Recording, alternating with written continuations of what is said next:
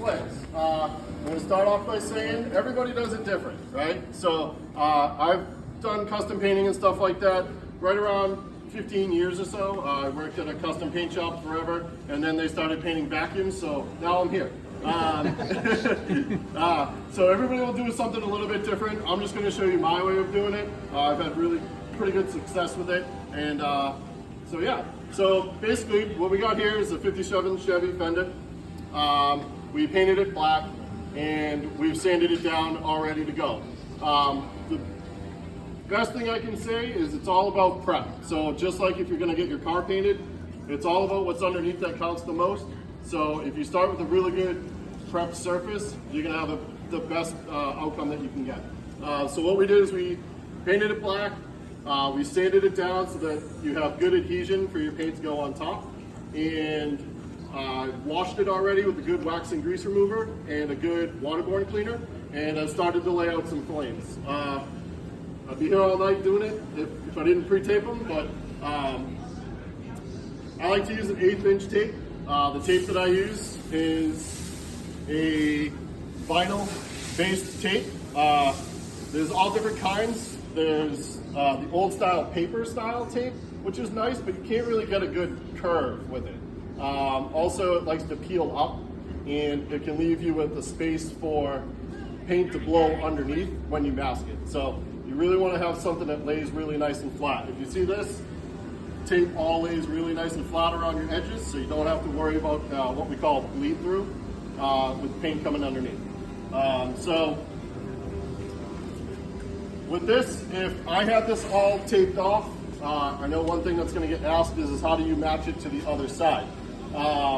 So once we would finish this, I would leave it like this, and then I could do is I can take a, one thing I didn't grab.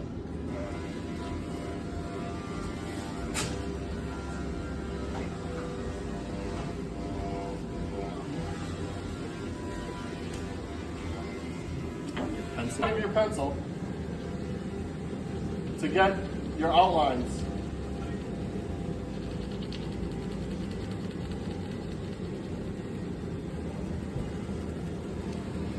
So now if you do this over the whole thing,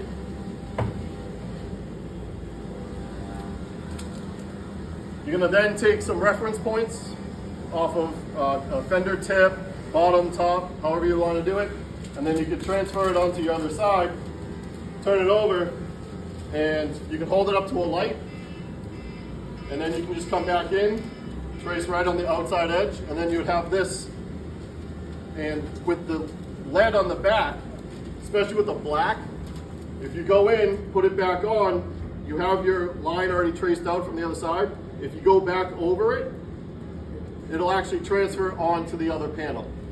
The other way to do it is there's a thing called a pounce pad and a spur wheel. All that stuff you can find right on Amazon. So the pounce pad, you would basically do the same thing that I did on this, and then you would put the pounce pad on the back. It puts like a light talc powder on it. You'd lay it on, and then you can do the same thing. You can trace it, or if you're able to get the spur wheel, you can basically, it looks like a little cowboy spur, real tiny. You run it over the flame edge, and it puts little perforations in. You lay it back on. You use your pounce pad, which is just a tiny little soft pillow with talc powder. Pat it on, pulling your tape off, and it's going to leave a soft talc powder outline of your flames that will also be able to wipe off, so you don't have to worry about them staying on there when you put your paint on. So that's a good way to transfer it. There's a couple different ways to do that. So we're basically going to kind of go roughly off of something like this, just like an old traditional flame. Thousands of ways you can do them. You can do them really clean, really crisp. You can do 1,000 licks on one. We're going to kind of keep it somewhat simple so we can go and mask it fairly easy. So some of them you can hit right off the first time, and they look really great. Some of them, you'll do the whole thing, you'll peel it all off, and you'll hate it. You never know, because it always just depends on how you're laying it out. In fact, with this, I've already done 3 flames that I ripped off. So, so it'll happen. You can pre-lay out the flame, If you take a piece of just like school board chalk, you can take it, you can kind of sharpen the tip to like a pencil type tip. Then if you take a match or a lighter, you can actually run it over the tip, and it'll actually soften it up so it won't scratch the panel. So it's a really good tip to do that. Then you can come in, you can lay it out however you want it to look. You can wipe it off, you don't have to waste tape and stuff like that. And then you can lay your tape right over it, wash it off again with your waterborne cleaner, and you'll have a nice pre-designed flame line, and that'll be good. But for now, we're gonna wing it. We're gonna see how we make out. So what I like to start at the top to the bottom. I also like to start, I'm right-handed, so I like to start with the driver's side, because I can come in and I can lay out the panel with my right hand better. I like to use the right hand to steer. So think about, you get your good motion, your dominant hand. If you're left-handed, passenger side is probably gonna be a lot easier for you. For now, I'm gonna try and not ruin the fender. Start at the top, work your way to the bottom. It's a little bit easier. Keep all of your tape flat. And when I make the flame, I try to want to make it a little bit larger than what I'm thinking in my mind. Because if you go and you make it super tight, you have to remember that this is an 1/8 inch thick. Your flame will shrink if you put that tape exactly where you want your flame line. So you want to tape over the size of the flame that you want. That way the flame, when you unmask it, is the size of the flame that you really want. So coming in, overlay the top, and then I'm pressing down very lightly on the tape with my left hand, coming in, and I'm steering it with the right.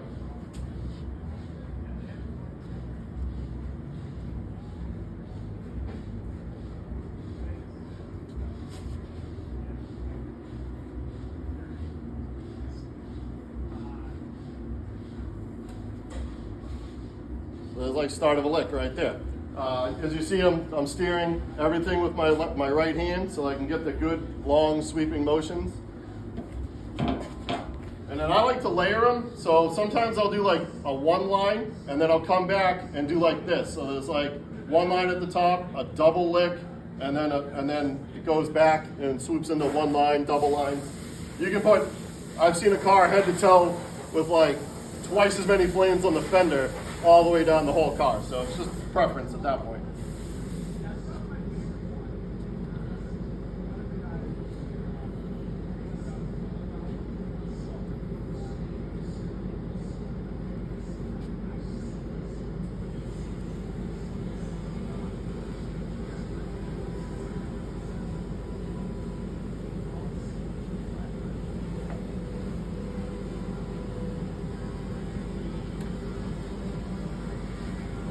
All right, so see right there, these are nice and rounded. That one flattened out a little bit. Luckily, we can just come back in.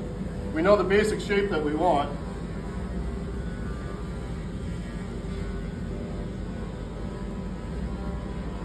It's gonna make a liar out of it.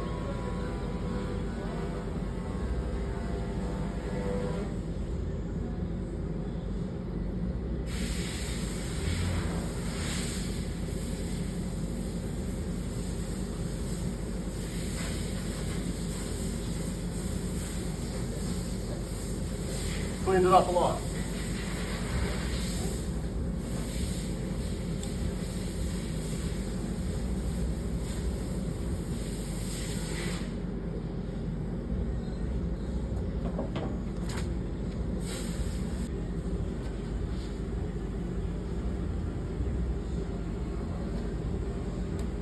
I'm starting to get down to the bottom, so I'll start throwing some licks the opposite way, so they're not just all going up. You can start bringing them down and then come back in, come back around. You can do it multiple ways too. You can make it look like the flames are gonna start back up down here, or you can just travel it all the way down. Again, it's all up to the artist's depiction, whatever they wanna do, however you like it. If you want more, you want less. There's no real rules. That's kind of a cool thing.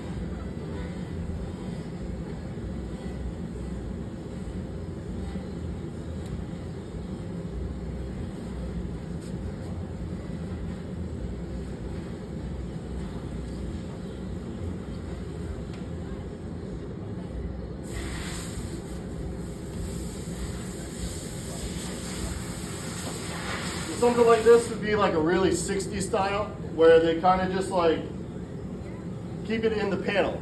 Really tight claws, stuff like that. They call it like a seaweed type flame. You'd see like people like Larry Watson would do stuff like that. Ed Roth would do stuff like that, or even like Von Dutch.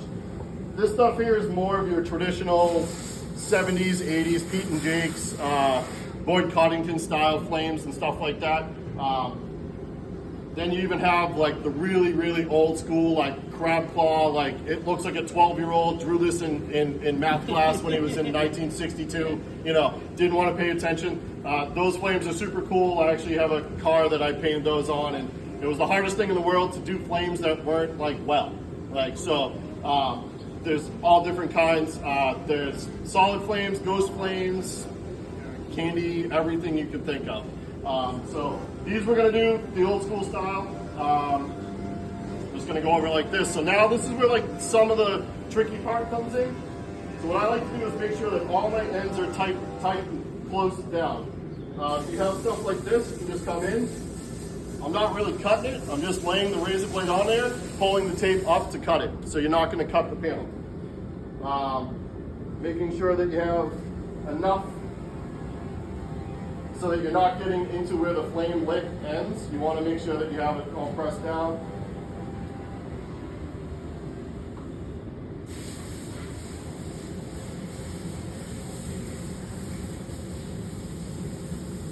All right, so now, this is the secret stuff. So this is called transfer tape. This is one of the things that it's kind of a newer process, but a lot of sign guys use this. So this is what you use. Sometimes you get stickers and stuff, and they'll put this over it to pull the sticker off of the backer, and then you can put it on your panel. So this is a super huge. A lot of older people that have done this back in the day, they'll take newspaper, 2-inch tape, 1.5-inch tape, 3/4-inch tape, whatever, and they're gonna lay the newspaper down, they're gonna put the tape over it. This stuff, game changer. So this, you wanna get it as flat as you can. It'll just come off in a big sheet. Rip it, and you're gonna lay it as flat as you can to the panel to cover up your flames.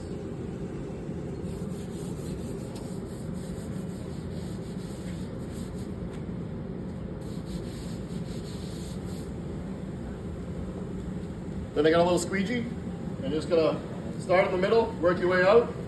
You're gonna put pressure on the tape itself.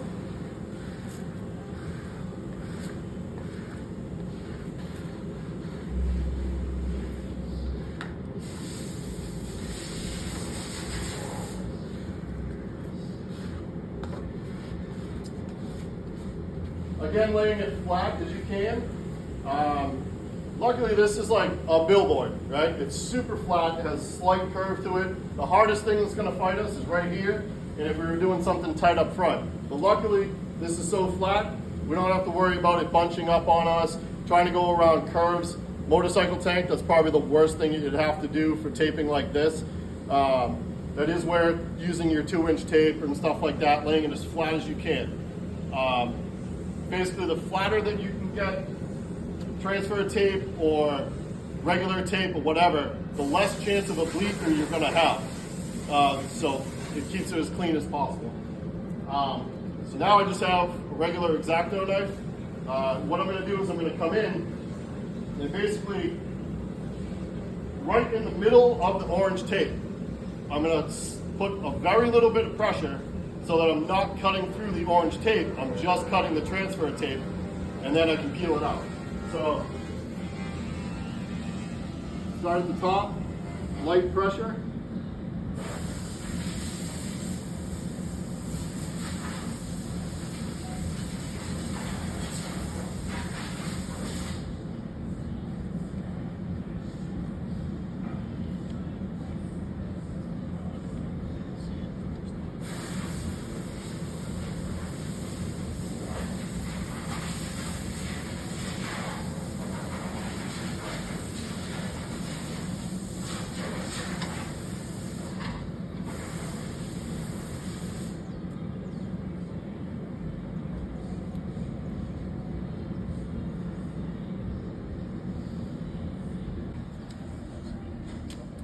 do it right, you can peel it all out like this. So it'll save you all that time from having to do putting tape line after tape line after tape line. This is just a nice quick way to cut your time down. It's still gonna take forever. If you're doing a whole car, you're doing a front fender, a door, it's still gonna take a while. You throw that hood in there, you're gonna be taping for a whole day. You know, laying out this fender took me, I don't know what, maybe 20 minutes to do the whole thing. But you know, I'm going quick, so it's not perfect. You know, if you're going for accuracy, you're doing one side of the hood, and then you remember you got to transfer it over. So if you want it to be perfectly symmetrical, it's going to take a little bit. But you know, like everything else, the more time you put into it, the better it's going to come out. So I'm gonna cut this, and then maybe my wonderful assistant Sean can hop in and help me tape it off and cut a little bit. That'd be cool. And we can do some. We're gonna do the paint. Yeah, yep. So, trying to make this the quick part. No.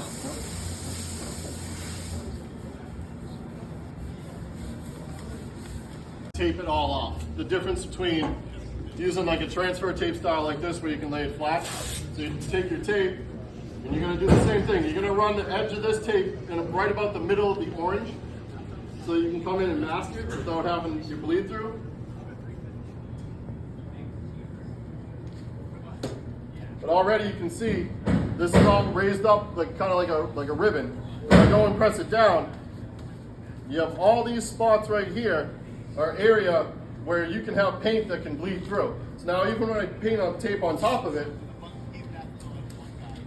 I go like this, that's still an area unless you press it down really, really well. And if you had to do that the whole entire length of the car and another side, you know, you're gonna miss a couple of that because you're gonna get impatient. So that's where something like this transfer tape comes in really handy because you can lay it flat and you have very minimal spots where you're gonna have a bleed through situation. If you do have a bleed through and you've done clear coat underneath, you can wipe it off with like rubbing alcohol or a little bit of lacquer thinner. That's the beauty of having that clear coat protecting your base color because it acts as a super good barrier. You can hit it with a little bit of like 800 or 1,000 grit sandpaper even, and it'll take all that color that you mistakenly got on there right off. Then would you clear over the flames after you were done? Or? Yep. After that, once it's perfect, then Yeah. So, I mean, you can always do a single stage paint. So the single stage, it has the gloss built in. You can always do something like that, and that's more than fine. They all don't have to be perfect show cars that are going to win the Riddler Awards. Doing it the base clear situation and burying it down, that's so you can bury it and you can run your hand across it and after you've buffed it and you won't feel any line. What's the process of making the ghost flames? Same. So we can make these right now ghost flames as well. The way I would do that, there's a big debate in the custom paint community about what ghost flames are. So there's ghost flames that somebody could come in here with like a silver and they would lightly hit the whole thing with the silver, right? And then they peel it off and it's a very faint flame. But you can see it. If I'm standing here looking at that Charger, you would know that there's flames in that car. They look good. I don't consider them ghost flames personally. A ghost flame to me would be as if I took a clear base coat and I put a little bit of like a purple, green, red, white, whatever pearl coat into it. And I come in and I spray a couple of very light coats on this so I barely see them. Then I clear coat the whole thing. When you pull it out into the sunlight, that sun hits it, boom, you can see those flames. And in a light shadowing situation or dark, you'd never know they're there. That's what a ghost is to me. You don't see it all the time. So that's what I feel a ghost flame is. But they both look good. You put the color into the clear. Yeah, you put it. It's a pearl coat. So actually, I have some right here. So it would look just like this. So it's a transparent, and it has basically your transparent base is just a carrier for your pearl. And you spray this over. It's going to be as transparent as you like iridescent. Yep, pretty much. Yeah, it's just going to hit that. It's just going to hit the color when it hits the sunlight, and you'd make sure that you're going over all your seams, all the bellies of your flames, all the licks. You want to make sure everything's pushed down so you're not getting that bleed through. I can't stress enough how much bleed through is a pain in the butt. And cleaning it off and everything like that. So that's why we're taking the time to go through and do that. What I like to do on bigger scenes like this is I will throw a little piece of tape over it just so that make sure that nothing blows up when I'm putting the pressure of the paint on. But you always want to make sure you're not hitting the tip of your lick.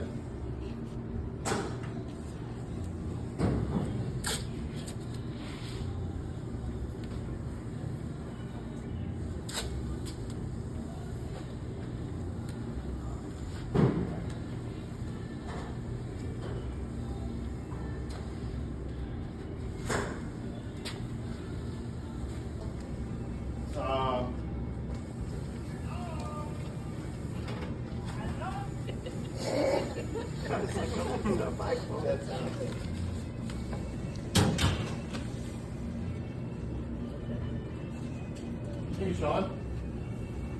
All right, so now laying our base coat out. We have a lot of surface area to cover, so I'm going to use a full-size spray gun.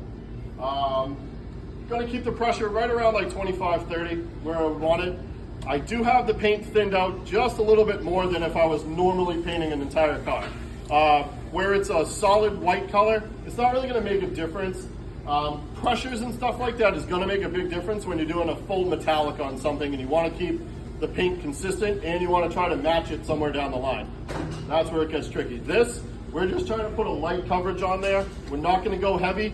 The biggest thing is if this was a regular base coat and it was at its normal viscosity or thickness, it could start building a bridge up on the tape edge. We want to stay away from that. So we're going to go very lightly on our first couple coats. We're going to build up our layer from the front to the back.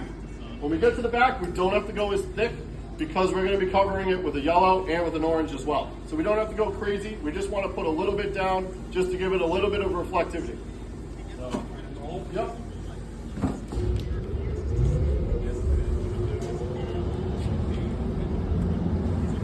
Turn the heat off. Oh, all right.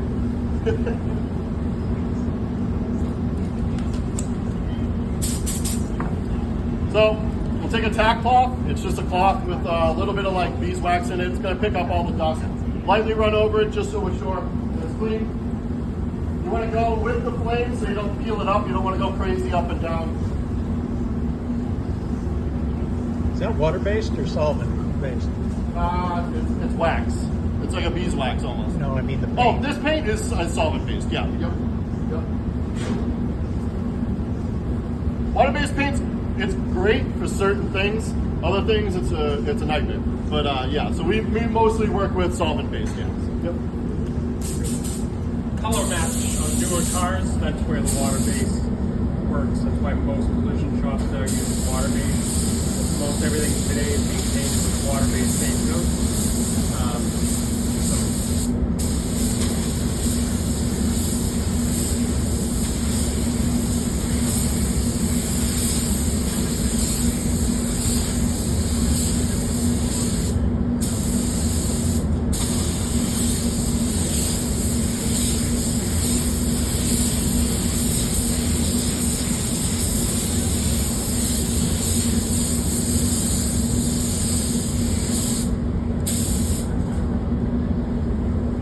First coat will be light like that. You want to let it tack up. You don't want to put it on so heavy that you can't see through it at first because it won't dry up enough.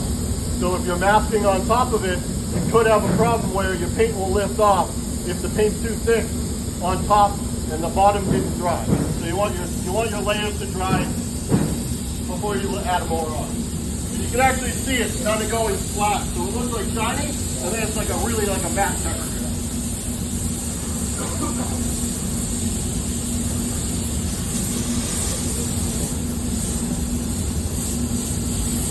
I'm just drying it with air right now.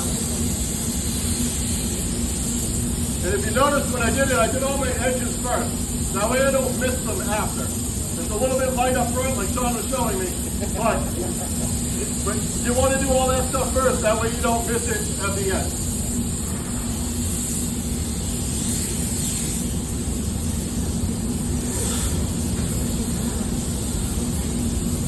So that looks pretty good for your first coat. Everything looks pretty dry. I run my hand across it. I'm getting no paint off.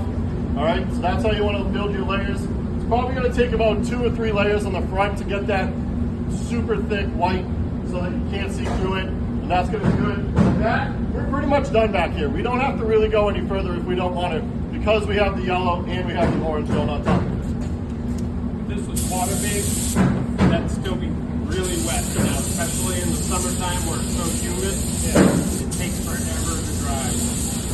Most newer booths are equipped with huge fans in the corners that blow down on the cars when they're being painted.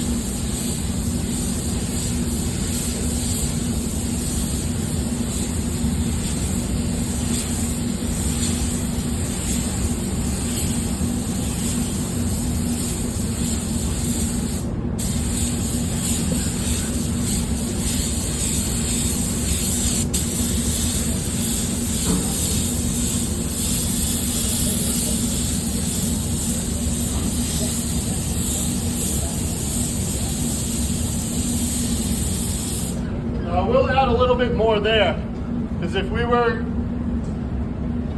airbrushing around the edge, you'd want that center to be brighter than the outside, because that's where your fade's going to come in. So to put a little bit of white in the center of the licks like that, it doesn't hurt to do it.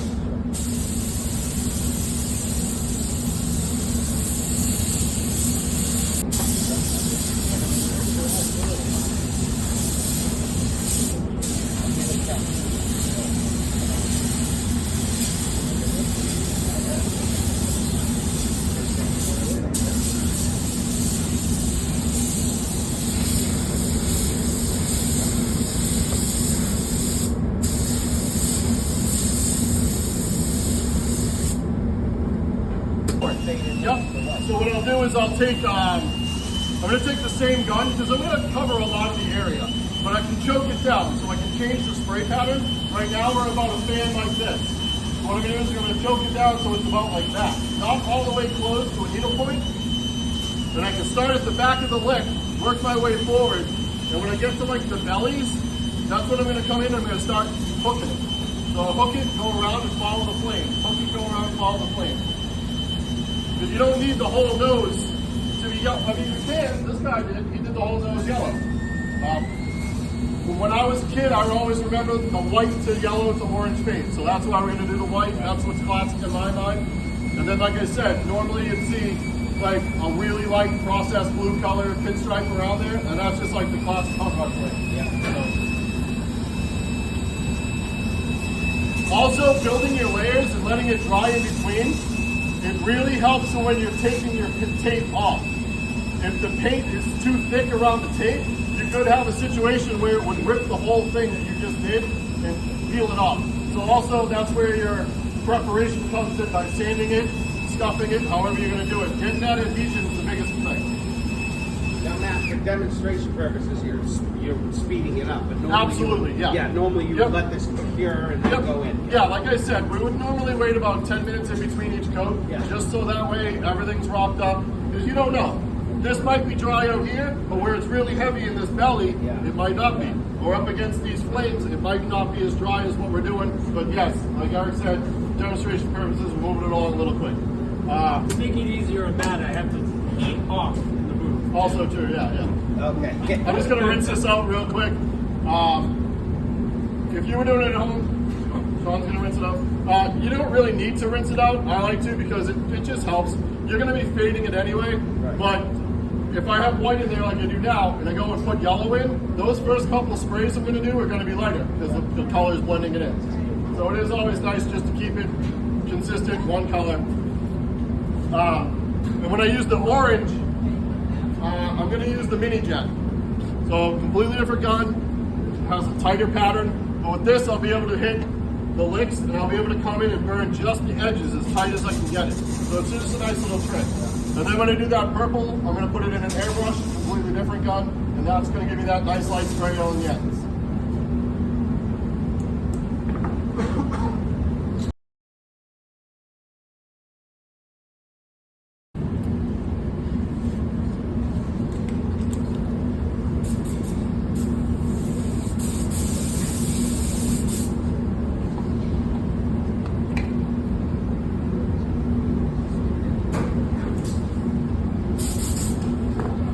gonna test the fan pattern right now. So I adjust it out. That right there is too much. It's a little too concentrated. And if you notice, the air pressure raised because it's concentrating it now. So if I go back in, I'm gonna have to turn my air pressure down because the fan pattern has changed. But I wanna put it right in between a bullseye like that, and I wanna have it just in between a big fan and a medium fan. So, you notice it's getting a little bit bigger. That's right around where I'm gonna go right there, and I'm gonna drop my pressure down just a little bit. Now we're at about 20. So like Eric said, I'm gonna start at the back, work my way forward, hit the licks, and then we're gonna start to blend that color in. I'm gonna bring it out a little bit further because I like a little bit less of white, but again, you can do whatever you want. You can keep it as tight as you want it or whatever.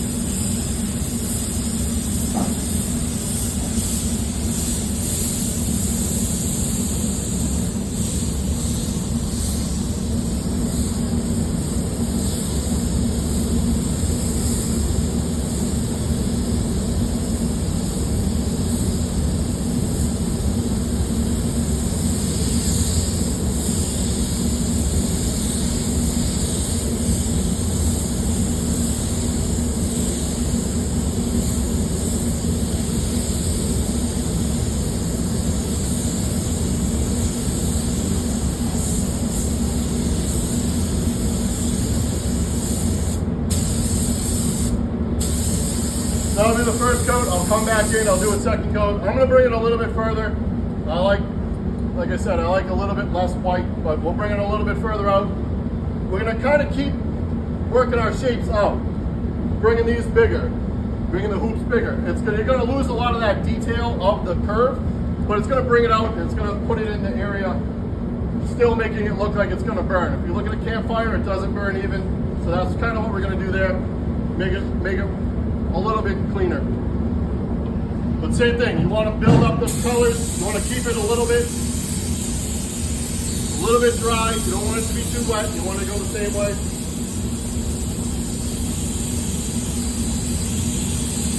And again, like a lot of the ends and stuff like that, you can kind of see through them right now. When I start putting the orange on, it's going to go away because the orange is so thick that it's going to cover up that darkness. Yellow, worst color in the world to cover. That's also why we're putting white down first. Even if I was doing this paint job, I'd still put white down as my base coat and build it up from there with the yellow on top. Because this yellow on top of that black, you'd be like 3 gallons of paint to do this whole car. It would be wild. So that's why you'd always use a brighter color in the bottom so that it reflects out so you use less paint.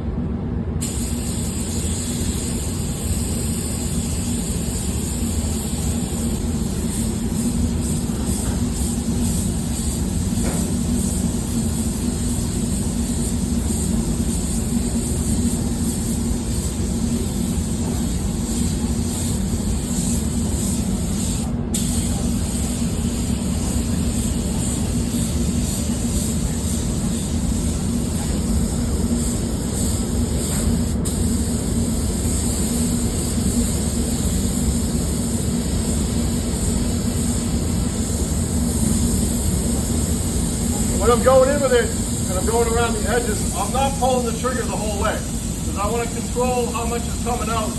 If I want less, more, I'm just kind of bumping it a very little bit. The more you pull the trigger, the more paint's going to come out, the less paint's going to come out. So there's always air coming out, so the air is at the same speed. You just want less or more paint.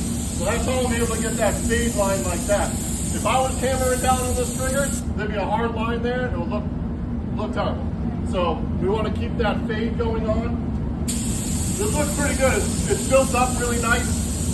We can't see a lot of blotchiness in the white where we want the coverage, but at the ends you can still see through. Again, when I put that orange on there, it's going to cover it right up. The yellow helps to cover that orange as well. So.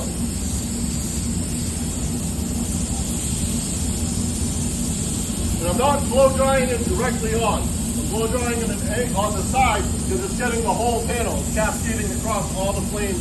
So you're getting a good airflow across it, but it's also not moving the paint around. If I was too close, the paint was too wet, it'd be just like when I did that spot on the table. It's gonna blow that paint out and it's gonna move the paint around. It's gonna look terrible, especially in a metallic situation. Where it's solid colors, we wouldn't really have to worry about it too much. We can kind of go back in and hide it. But metallic, you're letting that thing dry for half an hour, sanding it down, putting a couple light coats over it, hoping it doesn't soften it up too much. And you know, you could have a really bad day with that. But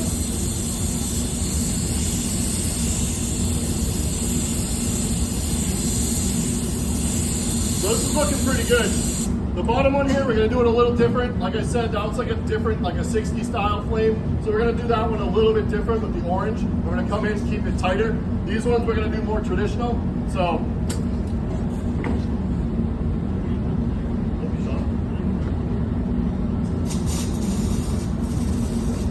the cup system's really cool. Works really well. Easy clean up. All you gotta do is clean the gun out. Believe it or not, they sell this cup system at Harbor Freight now. You can even get them on Amazon. They're a huge help. So, as with every time I'm gonna do it, I'm gonna test the spray gun to make sure the pattern and the pressure is where I want. Like that right there, a bunch of cleaner just came out. If you went and you started to spray the panel with that, it can loosen up that paint, soften that paint, ruin that whole paint job that you just did all that work to. So we're gonna make sure it's clear. All right, I'm going to start adjusting it.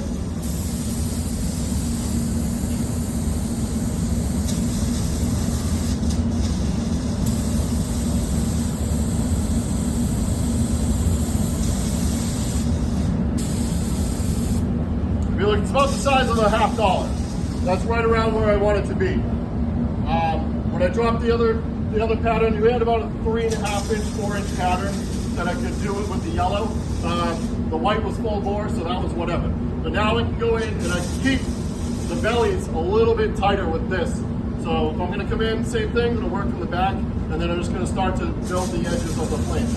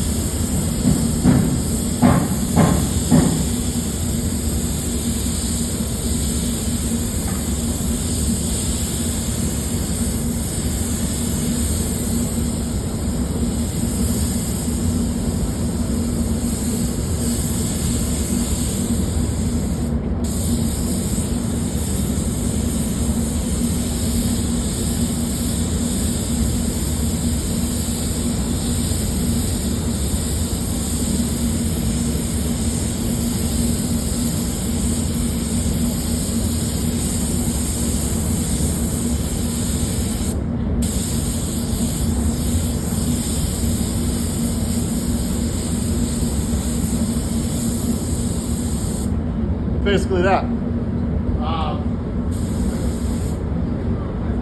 You want to make sure that you're keeping it tight to the edge. So you want your color to build up tight on that edge. Because if you look right here, it's a little bit light. So I can come back in and do that. The way I want to do it is I want to start in the back and I want to keep my flow going. And I want to blend it up into the belly. Because I don't want it to look like I just started at one point and then started coming in. So you're using the center of the spray pattern. Yep. Basically, you're following the pinstripe. Yeah, literally. Yep, I'm using that pinstripe line. Yep. And you're overlapping. Yep. The bottom and the top. Exactly, yep. Yeah.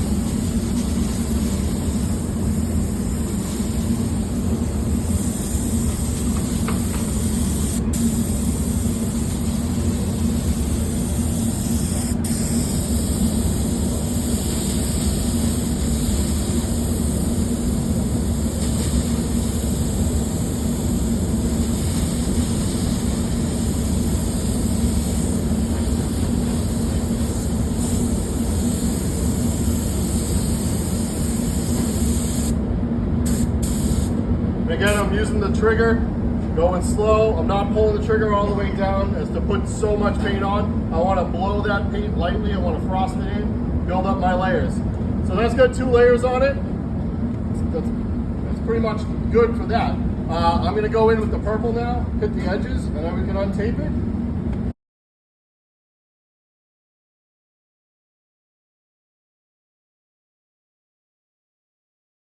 So I'm going to put some purple in there and we're going to untape it. We'll clear coat it next week. You can come and check it out. And then if I feel brave enough, I'll pinstripe it by hand. If not, we'll mask it. But we will be doing like a freehand pinstriping thing as well at some point. So we'll do that. But yeah, we'll put some purple on.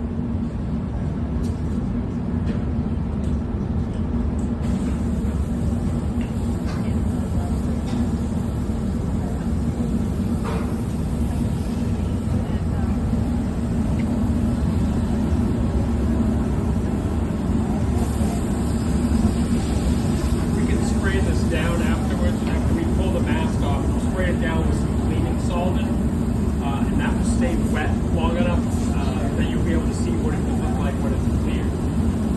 It'll eventually evaporate, but at least it'll be shiny. You can kind of see the whole effect.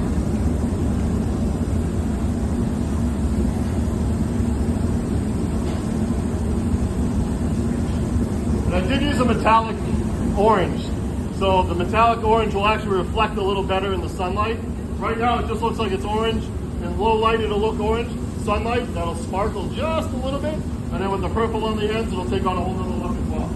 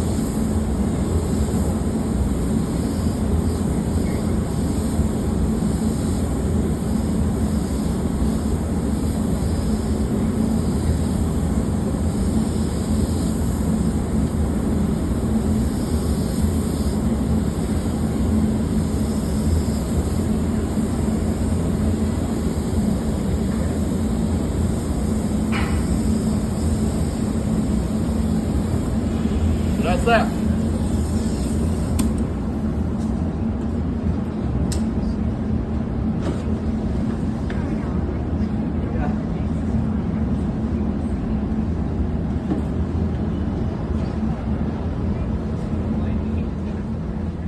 So this you can let it sit up for a couple minutes. I'm gonna grab a little heat gun. I'm gonna heat up the ends of it and stuff like that.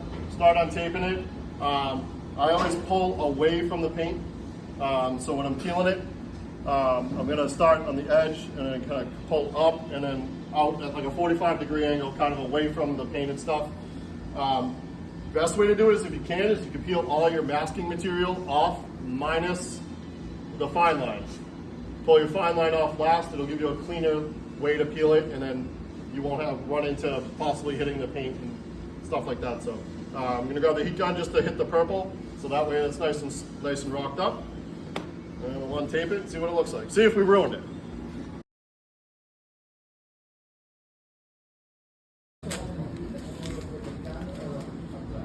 Brush. Yep. Oh, nice. Oh yeah, yep.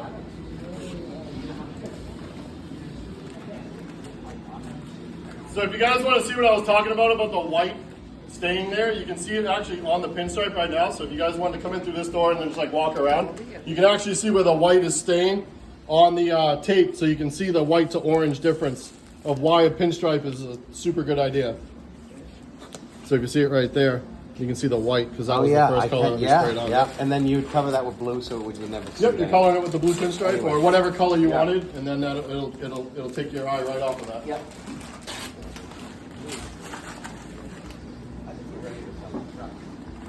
I think so.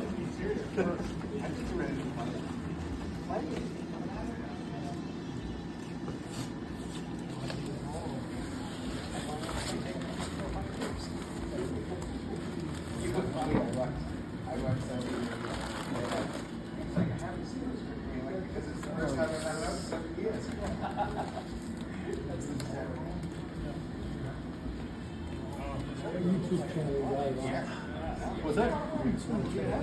Oh yeah, I don't. No YouTube.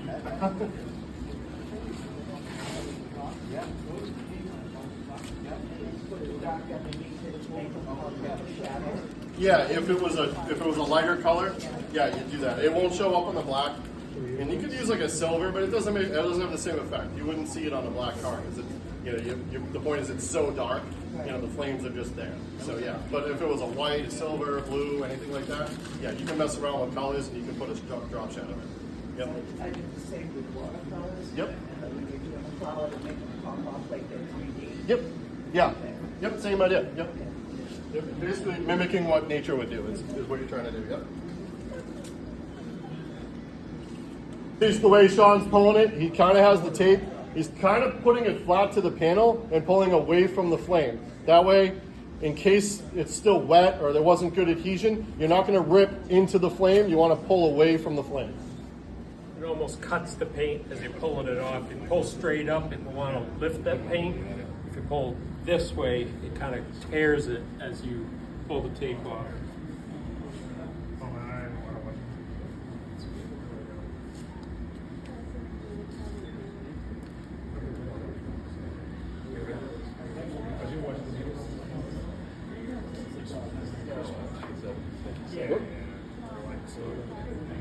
Yeah, touch it.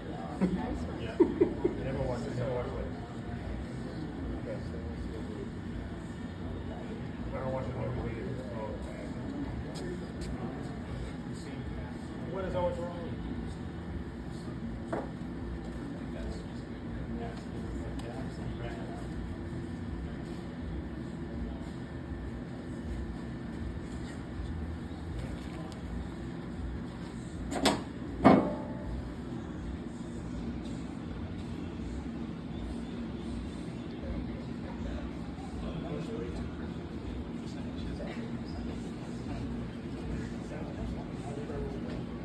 Yeah, the other side.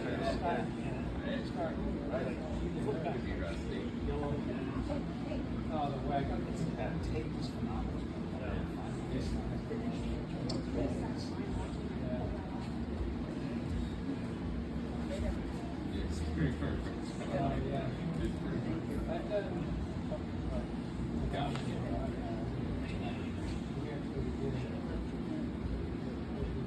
Sean, is that some sort of a reproduction fender? No, it's actually an original fender. Really? No kidding. It's in great shape. It was. This guy probably Is when it now. was due. No, it was actually pretty dented and beat up, Oh, is it? and it has a little bit of fill in it now, coming out some of the holes in the back. So, but for demonstration purposes, There you go. it Looks works. phenomenal. Yeah. Drop my light.